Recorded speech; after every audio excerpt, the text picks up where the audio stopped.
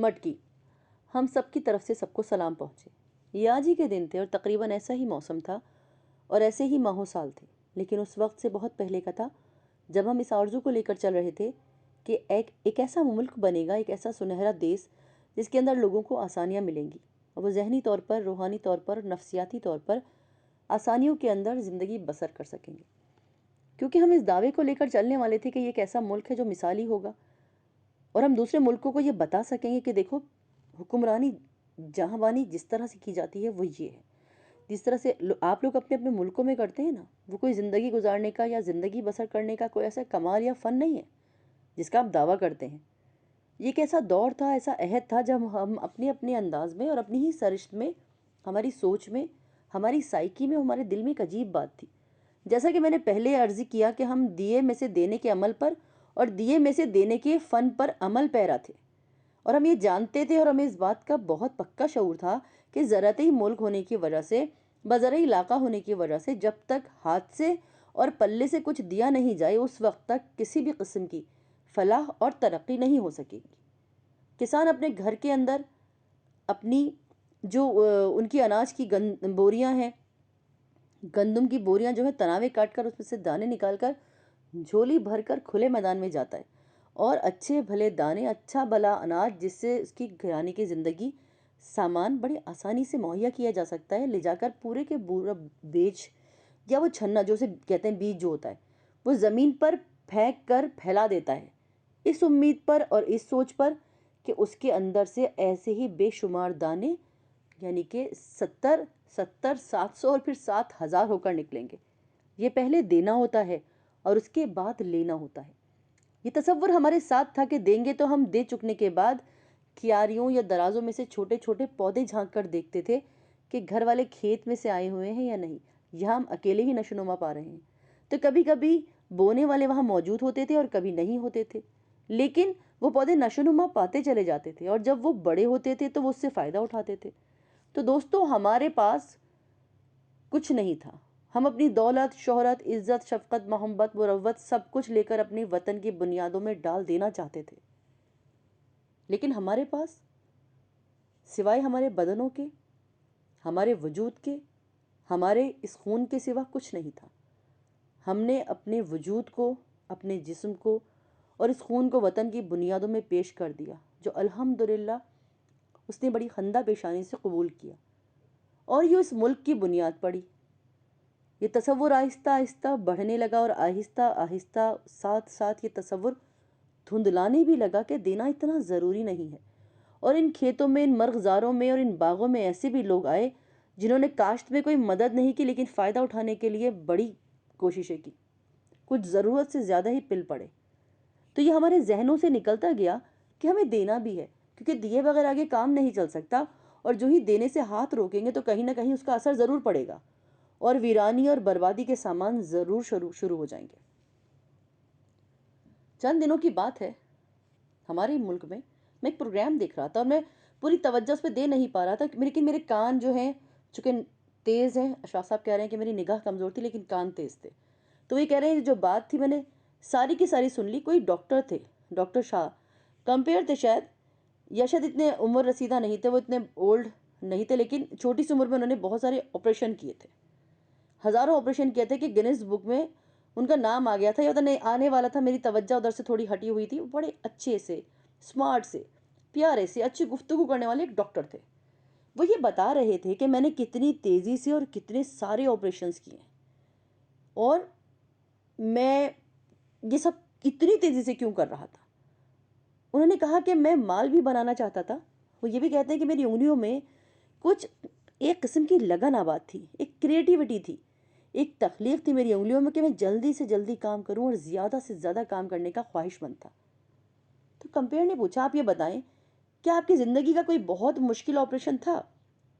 انہوں نے کہا یوں تو بہت سارے مشکل آپریشن تھے، لیکن ایک آپریشن سب سے مشکل تھا جس نے میرا بہت زیادہ وقت لیا اور میری بہت زیادہ توجہ لی، اور میں سٹپٹا گیا، لیکن بڑی کوشش کے ساتھ اور بڑی تحمل کے ساتھ میں اس پہ لگا رہا۔ اب آپ لوگوں سے بات کرتے ہوئے مجھے خواجہ دل محمد کا ایک شعر یاد آ رہا ہے۔ وہ بہت کمال کے شاعر تھے اور مجھے افسوس ہے کہ لوگوں نے نہیں جانتے، خاص طور پہ نئی نسل تو ان سے بالکل ہی واقف نہیں ہے۔ وہ بہت بڑے شاعر تھے۔ تو وہ ایک سرجن کی تعریف کرتے ہوئے بتاتے تھے کہ سرجن اصل میں کیا ہوتا ہے، یعنی کہ آپریشن کرنے والا ہوتا کیا ہے۔ تو وہ یہ کہتے ہیں کہ سرجن کی جو صفت اور خوبی ہے نا کہ وہ نظر باز ہونا چاہیے، سر افلاطون کا ہونا چاہیے، جگر شیر کا ہونا چاہیے، اور ہاتھ خاتون کا ہونا چاہیے۔ یعنی سرجن وہ ہوتا ہے جس کی نظر باز کسی ہوتی ہے، اور اس کو جو غور کرتا ہے، اس کی فکر، نظر اس کی باز جیسی ہو اور ہاتھ اس کا خاتون جیسا ہو۔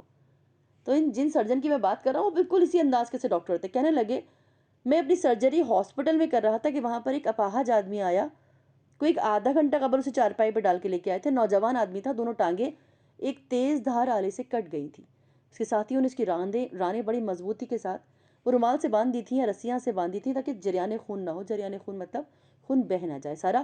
اور جب وہ میرے پاس پہنچا تو میں حیران تھا کہ میں کیا کروں اس کا، اور وہ آدمی بھاگے بھاگ گیا۔ انہوں نے کہا جی اس کی دونوں ٹانگیں مل گئی ہیں، جس تیز دھار آلے سے کاٹی گئی تھیں وہ دور کٹ کے جا گری تھیں۔ اب یہ پاکستان اسٹیل مل میں ہوا تھا، کوئی بہت بڑا تیزدار چکر گھوم رہا تھا جس میں وہ کام کرتے کرتے قریب آیا کسی غرض سے۔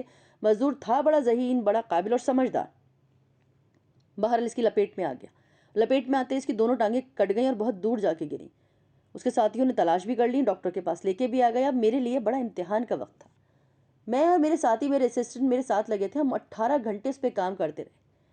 اللہ کا فضل یہ ہوا کہ ہم اس کی دونوں ٹانگیں جوڑنے میں کامیاب ہو گئے۔ خطرہ یہ تھا کہ وہ نروز ٹھیک سے جڑی ہیں یا نہیں، جو شریانیں جو آگے نروز ہیں وہ اپنی جگہ پر بیٹھی ہیں یا نہیں، کیونکہ آپریشن بہت بڑا اور بہت نازک تھا۔ اب ہم خدا سے مانگ کر دعا اس کام پہ لگے تھے۔ آپریشن ختم ہوا تو ہم ڈاکٹر آفس میں بیٹھ کے باتیں کرنے لگے۔ تو وہ جو ایک دوسرے کے ساتھ مزدور تھے انہوں نے ہمیں بتایا، جب ہم اس کو چارپائی پر لے کے چلے تو وہ جو صاحب جن کا نام شکور تھا وہ تھوڑے ہوش میں تھے۔ انہوں نے ساتھیوں کو بلا کر کہا کہ مشین بند مت کرنا، کیونکہ اگر ایک دفعہ مشین بند ہوئی تو اس کو چلانے میں 10 لاکھ کا خرچہ اٹھتا ہے، تو خدا کے لیے اس مشین کو بند مت کرنا، میں نہیں چاہتا میرے ملک کو یا اس کارخانے کو کوئی نقصان پہنچے۔ اور اس کے بعد وہ نیم بے ہوشی میں چلا گیا۔ تو میرا مقصد اس واقعے کو سنانے کا یہ ہے کہ وہ کون آدمی ہے جو اس ملک سے اس طرح وابستہ ہے۔ اب ہم کیا کریں، کدھر جائیں، ہم سلام کریں اس کو؟ جب تک وہ زندہ ہے ہم زندہ رہ پائیں گے؟ تو ہمارے اور اس کے درمیان کا یہ سلسلہ قائم رہے گا۔ اسی قسم کے لوگ ہیں جنہوں نے پاکستان بنایا ہے، اس کو آگے بڑھایا ہے اور اس کو لے کر چلے ہیں اور ساتھ ساتھ چلتے رہے ہیں۔ اور ایک اور دردناک واقعہ جو میں آپ کی خدمت میں پیش کروں وہ یہ کہ کارخانوں میں، اسٹیل مل میں اسی قسم کے پاکستانیوں نے جو اس سے بہتر تعلیم یافتہ تھے وہاں سے اتنا کھسوٹا اور اس شدت کے ساتھ لوٹا ہے جس کی خبریں آپ نے اخباروں میں پڑھی ہوں گی۔ اور وہ خاتون جنہوں نے بڑا اعتراض کیا کہ میری فوٹویں کیوں کھینچی گئی ہیں، کیا ہوا میں نے اگر 10-15 کروڑ روپے نکال لیا تو دردناک کہانیاں بھی ساتھ لے کے چلنی پڑتی ہیں۔ ہاں البتہ 14 اگست کے حوالے سے اگر بات کی جائے، کافی دیر کی بات ہے، کبھی کبھی مجھ سے بھی ایسی باتیں سرزد ہوئی ہیں، اب بھی ہوتی ہیں۔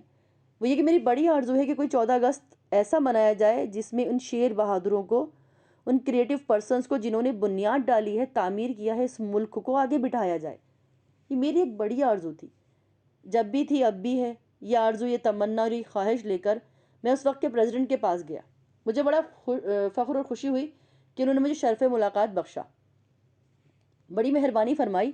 یہ ہمارے جنرل ضیاء الحق صاحب تھے۔ میں ان کی خدمت میں عرض کیا کہ جناب اس دفعہ ہم 14 اگست منائیں تو کچھ اس طرح سے کہ آپ جہاں جھنڈا لہراتے ہیں وہاں عمائدین ملک اور غیر ملکیوں کے سفیر اور وزراء اور نمائندے بیٹھے ہوتے ہیں۔ وہاں پہ سٹنگ ارینجمنٹ کچھ اس طرح کا ہو کہ کرسیوں کے اعتبار سے لے آؤٹس میں اب کی بار اول کرسیاں جو قطار کی ہوں وہ ان متقی لوگوں کی ہوں جو دولت کے یا مال کے اعتبار سے جانے اور پہچانے نہیں جاتے، لیکن ان کو دین کی اور قرآن کی پرواہ ہے۔ اور قرآن کہتا ہے کہ تم میں سے کوئی بڑا نہیں ہے، کوئی سپیریئر نہیں ہے سوائے اس کی کہ تقوی رکھا ہو۔ تو میں چاہتا ہوں کہ اس دفعہ ہم 22 کرسیاں متقی لوگوں کی لگا دیں، تقوی والے لوگ ہوں، سفید دودھیا چادروں، چھوٹی چھوٹی ان کی پگڑیاں ہوتی ہیں، وہ تشریف فرمائیں۔ اور اس کے بعد غیر ملکی سفیر اور باہر کے نمائندے، اس کے بعد کوئی تاجر، کوئی آرٹسٹ، جو ہم سب لوگ ہیں خواہ مخواہ کی بات کرنے والے، وہ ہم سب سے آخر میں ہوں۔ اور میں تو کہتا ہوں آخر میں بیوروکریٹس اگر آپ کو کرنے تو اس کے بعد کیجئے۔ تو کیا ایسا ہو سکتا ہے؟ تو وہ کہنے لگے اشفاق صاحب میری بھی یہی آرزو ہے، آپ بہت اچھی سجیشن لے کر آئے ہیں، لیکن تقوی والے ہم ڈھونڈیں گے کہاں سے؟ تو میں نے کہا سر تقوی والے تو ہمارے ارد گرد بیٹھے ہیں، آپ کے ہوٹل میں، آپ کے محل میں بہت سے ایسے مالے بابے ہیں جو کمال کے پیارے ہیں، جن کی وجہ سے میرے ملک کی بنیادیں ہیں، اگر آپ چاہیں تو ان کو آگے بٹھایا جا سکتا ہے۔ یہ سجیشن تھی۔ آج سے کوئی 5-6 دن پہلے میں لاہور کے میو ہاسپٹل میں گیا. مجھے کوئی ضرورت تھی، وہاں مجھے رکنا پڑا. تو میں کینسر کے وارڈ میں ایک گاؤں کی اچھی سی خاتون، جنہیں انگریزی میں ویل مینٹین کہتے ہیں، اچھے سبھاؤ والی پیاری سی شکل کی خاتون بیٹھی تھی. تو میں نے ان سے پوچھا کہ کیوں آئی ہیں. کہنے لگی مجھے کینسر کی شکایت ہے اور مجھے یہاں تھراپی کے لیے آنا پڑتا ہے. کہنے لگی کہ بھاجی یہ بڑا تکلیف دہ عمل ہے جس سے گزر رہی ہوں، لیکن اللہ کا شکر ادا کرتی ہوں. جب میں صبح سویرے سب سے پہلے اٹھتی ہوں تو نماز کے بعد میں سب سے پہلے دنیا کے بندوں کے لیے دعا کرتی ہوں، یا اللہ کل عالم کی خیر ہو. ہماری نانیاں دادیاں اکثر یہی دعا مانگا کرتی تھی کہ کل عالم کی خیر ہو، اللہ ان سب کا بھلا کرے. پھر میں کہتی ہوں یا اللہ میرے پاکستان کی خیر ہو. اس کے بعد میں کہتی ہوں یا اللہ حکمرانوں کی خیر ہو. تو میں نے ایک اچھے جرنلسٹ کی طرح کہا حکمرانوں کی خیر کیوں ہو، وہ تو بڑے خراب ہوتے ہیں.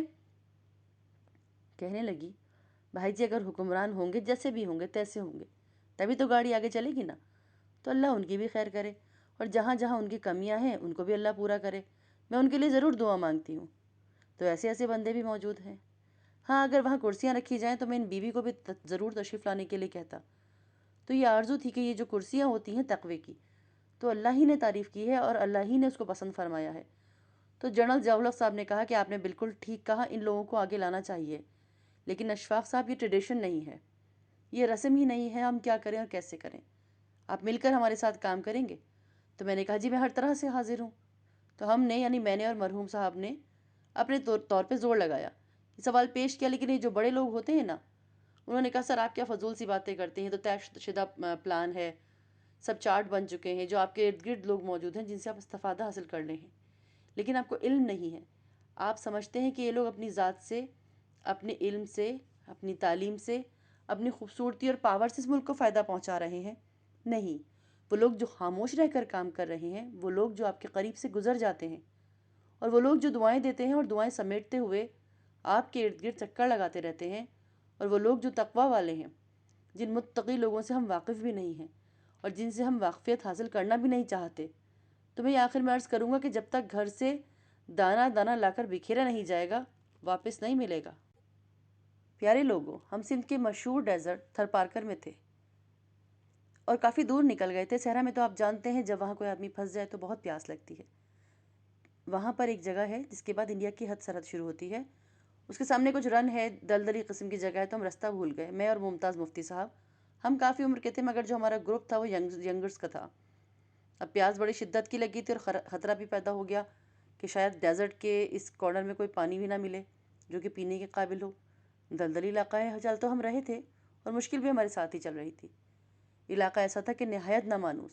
وہاں ایک بڑا سا درخت تھا، ایک بڑی عجیب قسم کا درخت جو شاید صحرا کے دلدلی علاقوں میں ہی ہو سکتا ہے.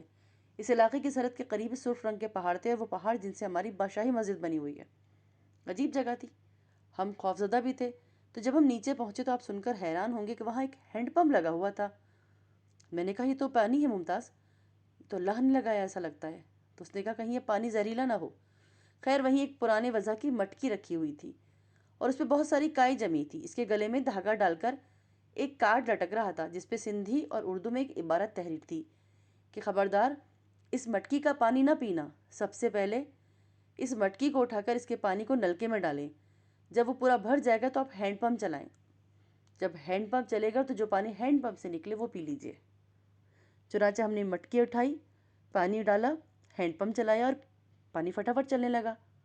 ہم سب نے پانی پیا. لیکن آخری ایک انسٹرکشن اور تھی، یاد رکھیے جاتے وقت اس مٹکی کو پانی سے بھر کر رکھ کے جائیے. اگر آپ نے پانی پی لیا ہے تو آپ کو پانی دینا بھی پڑے گا اور رکھنا بھی پڑے گا، ورنہ یہ ہمیشہ ہمیشہ کے لیے سوکھ جائے گا اور وہ جو لوگ اس علاقے میں آئیں گے وہ ٹھنڈے پانی سے محروم ہو جائیں گے. تو الحمدللہ اس مٹکی کے حوالے سے ایک بات مجھے معلوم ہوئی جو بہت دیر کے بعد یاد آئی اور آپ کے سامنے عرض کر دی. اللہ آپ کو بہت آسانی عطا فرمائے، آسانیاں تقسیم کرنے کا شرف بھی عطا فرمائے، اور وہ مٹکی آپ کے ساتھ ہی جائے ہر وقت اور ہر گھڑی جس سے ٹھنڈا پانی ملتا ہے. اللہ حافظ.